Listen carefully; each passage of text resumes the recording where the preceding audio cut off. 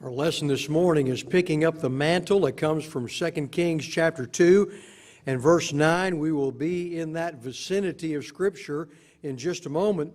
The word mantle can be a little bit confusing to us. There is one spelling in the English language that is that shelf that's above your fireplace.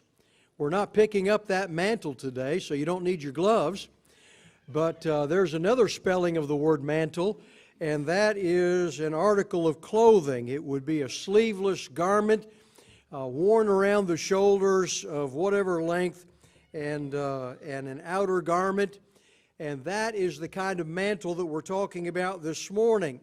And in regard to the life of Elijah, that's the Old Testament prophet we're talking about. In regard to the life of Elijah, that mantle was something that carried responsibility.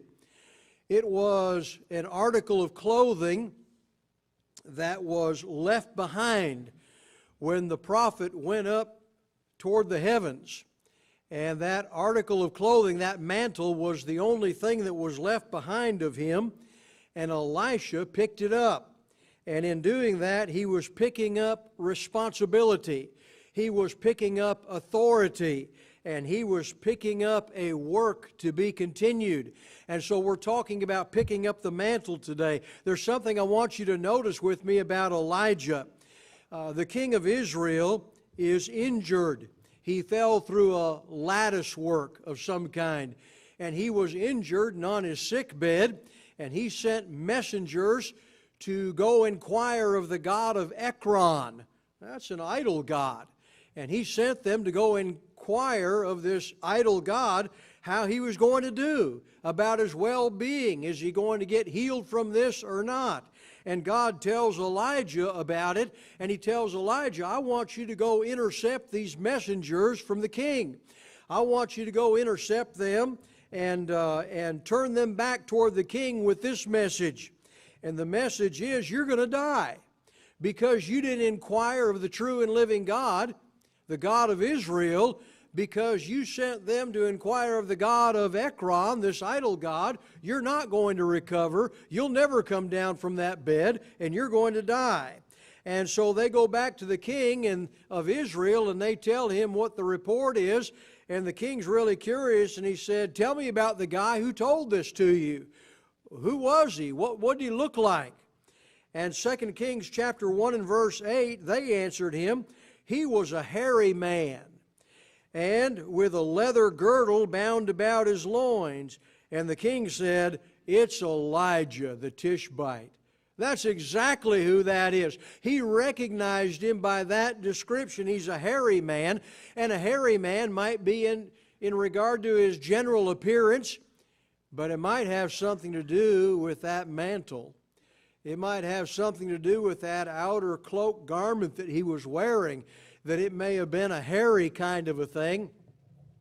And he recognized him by that article of clothing, that description of being a hairy man. As a matter of fact, when you get toward the end of your Old Testament, second from the last book of Zechariah, you'll read in Zechariah 13 and verse 4 about false prophets who came along, and they wore a hairy robe to deceive. To appear as though they were a true prophet, they wore a hairy robe, maybe to try to be like Elijah was and to give that impression. When you get up into the New Testament pages, you're going to read about John the Baptizer, and he was wearing a garment of camel's hair, a hairy garment.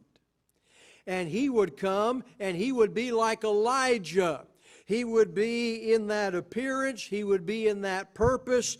He would be in that work, that preaching that he did. And he would be fulfilling prophecy from the book of Malachi.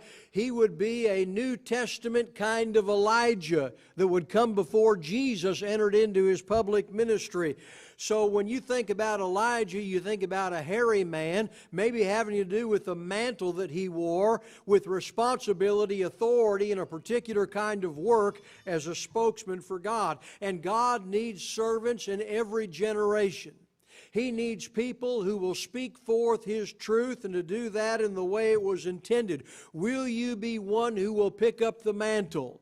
Will you pick up that mantle to speak forth as a mouthpiece for God, to carry Bible authority in what you're doing, to enter into that work, to pick up that responsibility?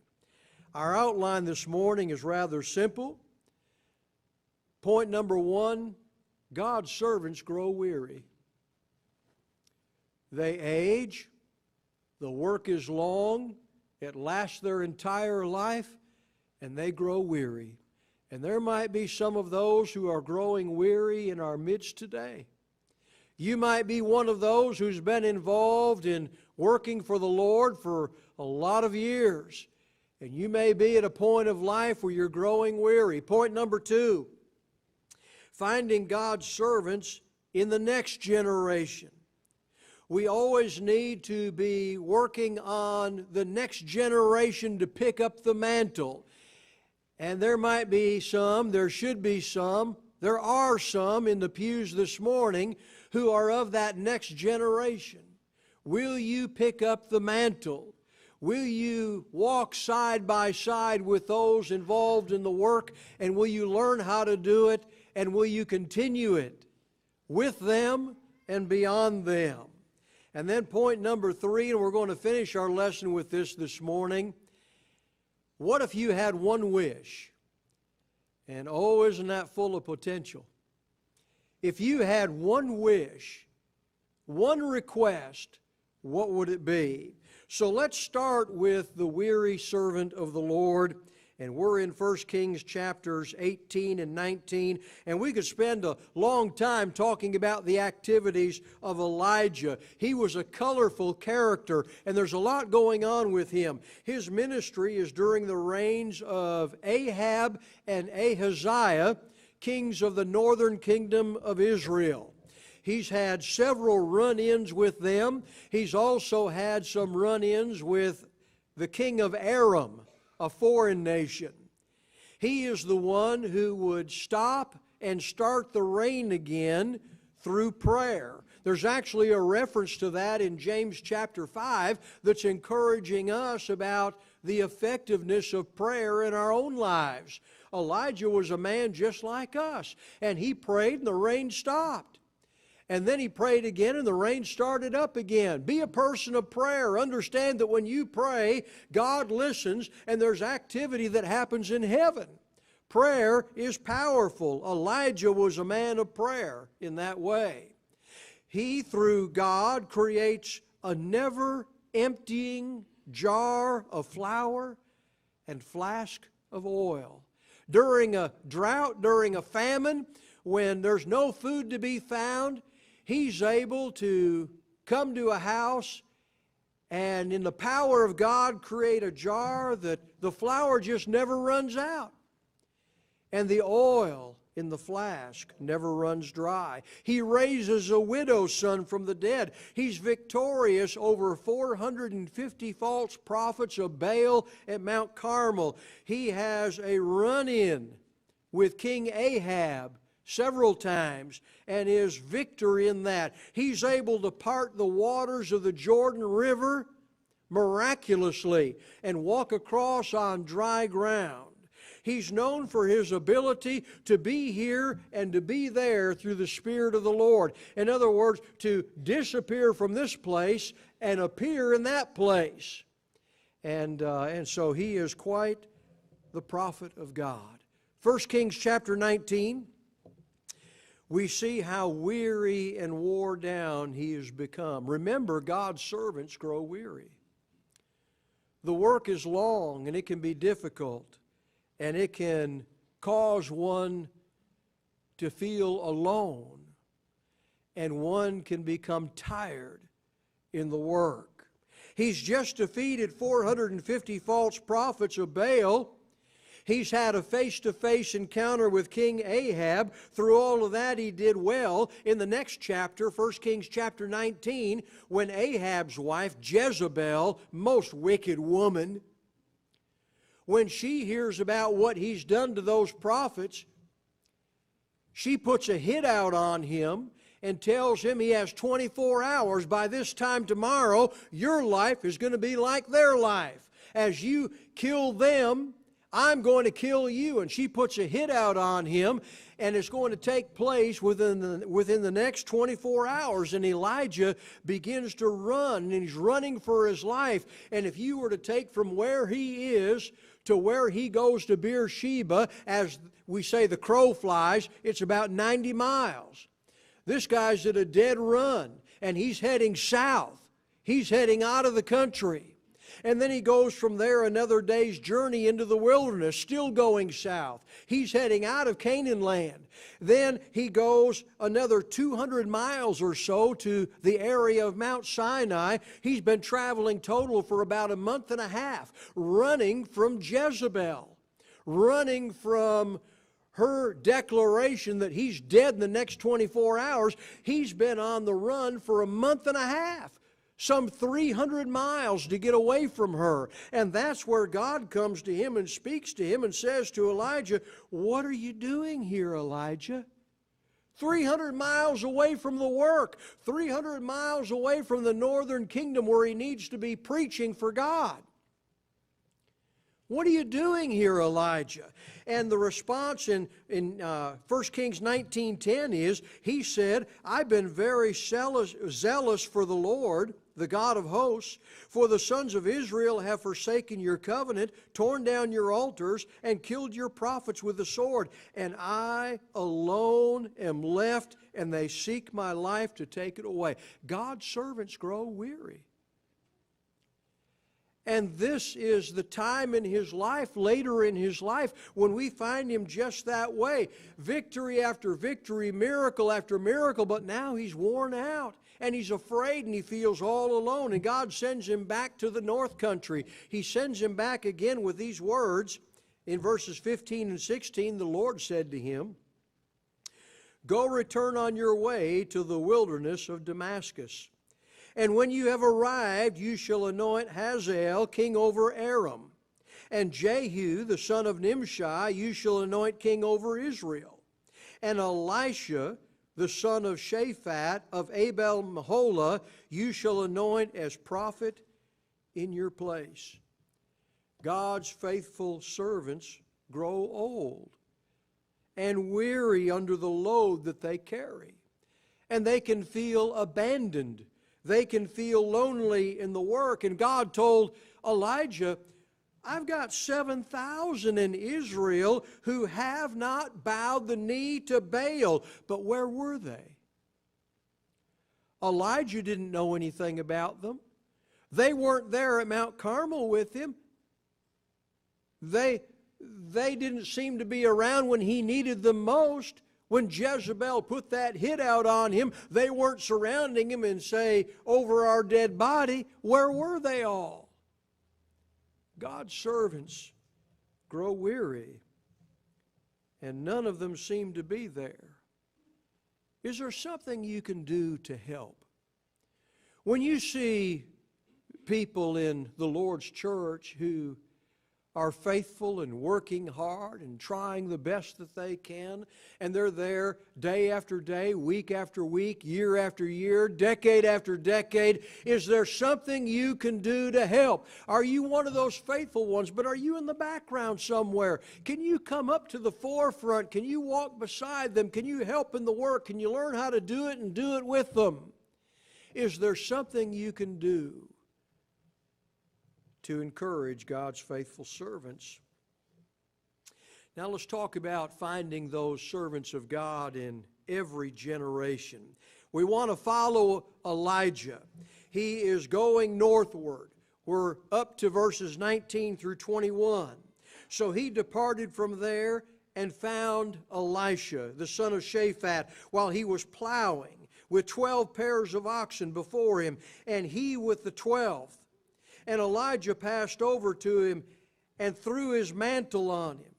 He left the oxen and ran after Elijah and said, 'Please let me kiss my father and my mother, and then I will follow you.' And he said to him, 'Go back again, for what have I done to you?' So he returned from following him and took the pair of oxen and sacrificed them and boiled their flesh with the implements of the oxen. And he gave it to the people, and they ate. Then he arose, and he followed Elijah and ministered to him. And he never did leave his side again. He never did part company with Elijah again. So Elisha, the second man, Elijah, the first, Elisha is a farmer. And my question is this: from where does the next generation of servants come from? Well, Elisha was a farmer doing farming things. And that was the next prophet of Israel. They might come, as in the days of Jesus, the next servants might come from being fishermen, or tax collectors, or a zealot, or a seller of purple, or a centurion, or someone who had been a sinner of some variety in their life. And so the next question is this: what's your job? What's your career? What are you busy with? What are you doing? How are you earning a living? And can God's servant come from that place? Could it be you? Whatever your field of work is, wherever you might be, however you might be employed, God's next servants in the next generation could be you, from whatever you're doing. Who's going to be the next elders or deacons or preachers or teachers or servants in the Lord's church? Elisha begins to follow Elijah, and he becomes his servant, his helper, ministering to him, doing whatever he needed in the work, and he sees the hardship, and he learns how to fulfill the ministry. He learns how to talk and act and believe and react to things and how to pray. He just becomes his servant and goes with him wherever he goes, and he finds out it doesn't lead to luxury. It doesn't lead to convenience. It doesn't lead to wealth, but it does honor God. And he just jumps into it with both feet, and he learns by doing, because that's really the best way to learn anything. You just learn by doing. Just do it. Just get involved in it. Jump into it and start. You'll learn. You'll see. You'll get more comfortable with it, but just jump in and start doing it. Make your mistakes along the way, but you'll learn. That's the best way, and he does that with Elijah. When Elisha makes a request, he wants to kiss his parents goodbye, and Elijah says, go ahead. Go ahead. What have I done to you? I'm not forcing you into this. This is your choice. If you want to go back and kiss your parents goodbye, go do that. It sounds very similar to an account that comes up in Luke chapter 9, where some want to go say goodbye to those at home. And Jesus said, if you put your hand to the plow and look back, you're not fit for the kingdom. This is different than that. Those people in Luke 9 were making excuses not to follow Jesus, but Elisha's not making excuses. Elisha's burning his bridges. One of the things you notice about him is when he goes back home, he has those 12 yoke of oxen. He sacrifices those to the Lord. I will not be doing that anymore. That is no longer what my life is defined by. He sacrifices those oxen. He uses the implements that they were drawing and that he was working with. He uses those as firewood for the sacrifice, and he has a goodbye celebration for all those back home. He's burnt the bridges, and he's going out, and he's not coming back. He's not making excuses not to follow. Only those ready to make the full commitment can succeed as servants of God. You'll only be a faithful Christian when you count the cost, and you're ready to pay the price and burn the bridges that need to be burnt. There's going forward in Christ and no turning back. Question 1, can God use you? Yes. But are you ready to be used by God? Question number 2, are you willing to prepare yourself like Elisha did? He began to follow Elijah, and he did it for years, and he walked by his side, helped him in the work, was servant and helper to him in every way. He traveled with him. He endured the hardships. He had on-the-job training. This is like the apostles following Jesus. This is like Timothy and Titus going with Paul on missionary journeys. He was there for the long haul. And that's question number 3. Are you ready to endure to the end? He was with Elijah from that moment on to the very last day of his life on earth. We begin reading in 2 Kings chapter 2, verse 1. And it came about when the Lord was about to take up Elijah by a whirlwind to heaven, that Elijah went with Elisha from Gilgal. And Elijah said to Elisha, "Stay here, please, for the Lord has sent me as far as Bethel." But Elisha said, "As the Lord lives, and as you yourself live, I will not leave you." So they went down to Bethel. Then the sons of the prophets who were there at Bethel came out to Elisha and said to him, "Do you know that the Lord will take away your master from over you today?" And he said, "Yes, I know. Be still." Elijah said to him, "Elisha, please stay here, for the Lord has sent me to Jericho." But he said, "As the Lord lives, and as you yourself live, I will not leave you." So they came to Jericho. The sons of the prophets who were at Jericho approached Elisha and said to him, "Do you know that the Lord will take away your master from over you today?" And he answered, "Yes, I know. Be still." Then Elijah said to him, "Please stay here, for the Lord has sent me to the Jordan." And he said, "As the Lord lives, and as you yourself live, I will not leave you." So the two of them went on. He stayed with him to the last moment of his life on earth. And then he continued on beyond Elijah in his own faithful service as a prophet. And I would suggest that if we find ourselves only faithful with someone, our commitment is to them rather than to God.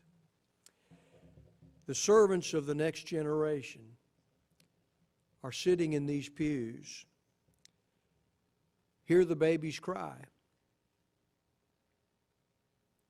See the toddlers walk. Look at the little boys and the little girls, the teenagers, the young families, the new Christians, the mothers, the fathers, those in every profession of life, those who have never gone to a school of preaching to learn all of those things of theology. The next generation is sitting here right now. And the way to do it is to walk side by side with those who were doing it before you. To walk with them in the work, to be involved with them in the work, helping, learning, and ready when their time comes to continue on after them as you've been doing it with them. That's the pattern that Elijah and Elisha show us. Now, if you had one wish, you ready? If you had one wish, what would it be? 2 Kings chapter 2, beginning in verse 7. Now 50 men of the sons of the prophets went and stood opposite them at a distance. While the two of them stood by the Jordan, Elijah took his mantle, folded it together, and struck the waters, and they were divided here and there, so that the two of them crossed over on dry ground. When they crossed over, Elijah said to Elisha, "Ask what I shall do for you before I'm taken from you." And Elisha said, "Please, let a double portion of your spirit be upon me." He said, "You've asked a hard thing. Nevertheless, if you see me when I'm taken from you, it shall be so for you. But if not, it shall not be so." As they were going along and talking, behold, there appeared a chariot of fire and horses of fire, which separated the two of them. And Elijah went up by a whirlwind to heaven. Elisha saw it and cried out, my father, the chariots of Israel and its horsemen." And he saw Elijah no more. And he took hold of his own clothes and tore them in two pieces. He also took up the mantle of Elijah that fell from him and returned and stood by the bank of the Jordan. If you had one wish, what would it be? And Elisha said, "Please let a double portion of your Spirit be upon me." I don't know if I've got that figured out. It's always been sort of a confusing thing to me. What's he asking for? What is he requesting? Is he asking for double the miraculous power? I don't know that Elisha performed any more powerful miracles than Elijah did. But it does have an uncanny resemblance to a text in Deuteronomy chapter 21 and verse 17. Do you know what the right of the firstborn son is when father dies? A double portion. A double portion of the inheritance. And I have wondered if what Elisha is requesting is this. As he cried out, "My Father, my Father." A double portion of your Spirit. As a firstborn son would receive a material double portion, requesting to have the inheritance of that prophetic work. I want to be your spiritual heir. I want to enter into that work the way you did. I want to be the one who inherits that. And when Elijah goes up to heaven, the only thing left behind is that mantle of work. And Elisha picks it up. And I'm telling you that God chooses you to serve Him when you choose Him to be your God, when you become a Christian.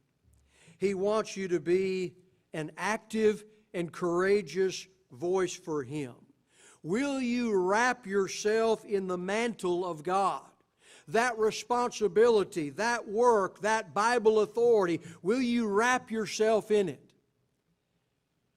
And then I'll leave you with this one last text. Galatians chapter 3, verses 26 and 27.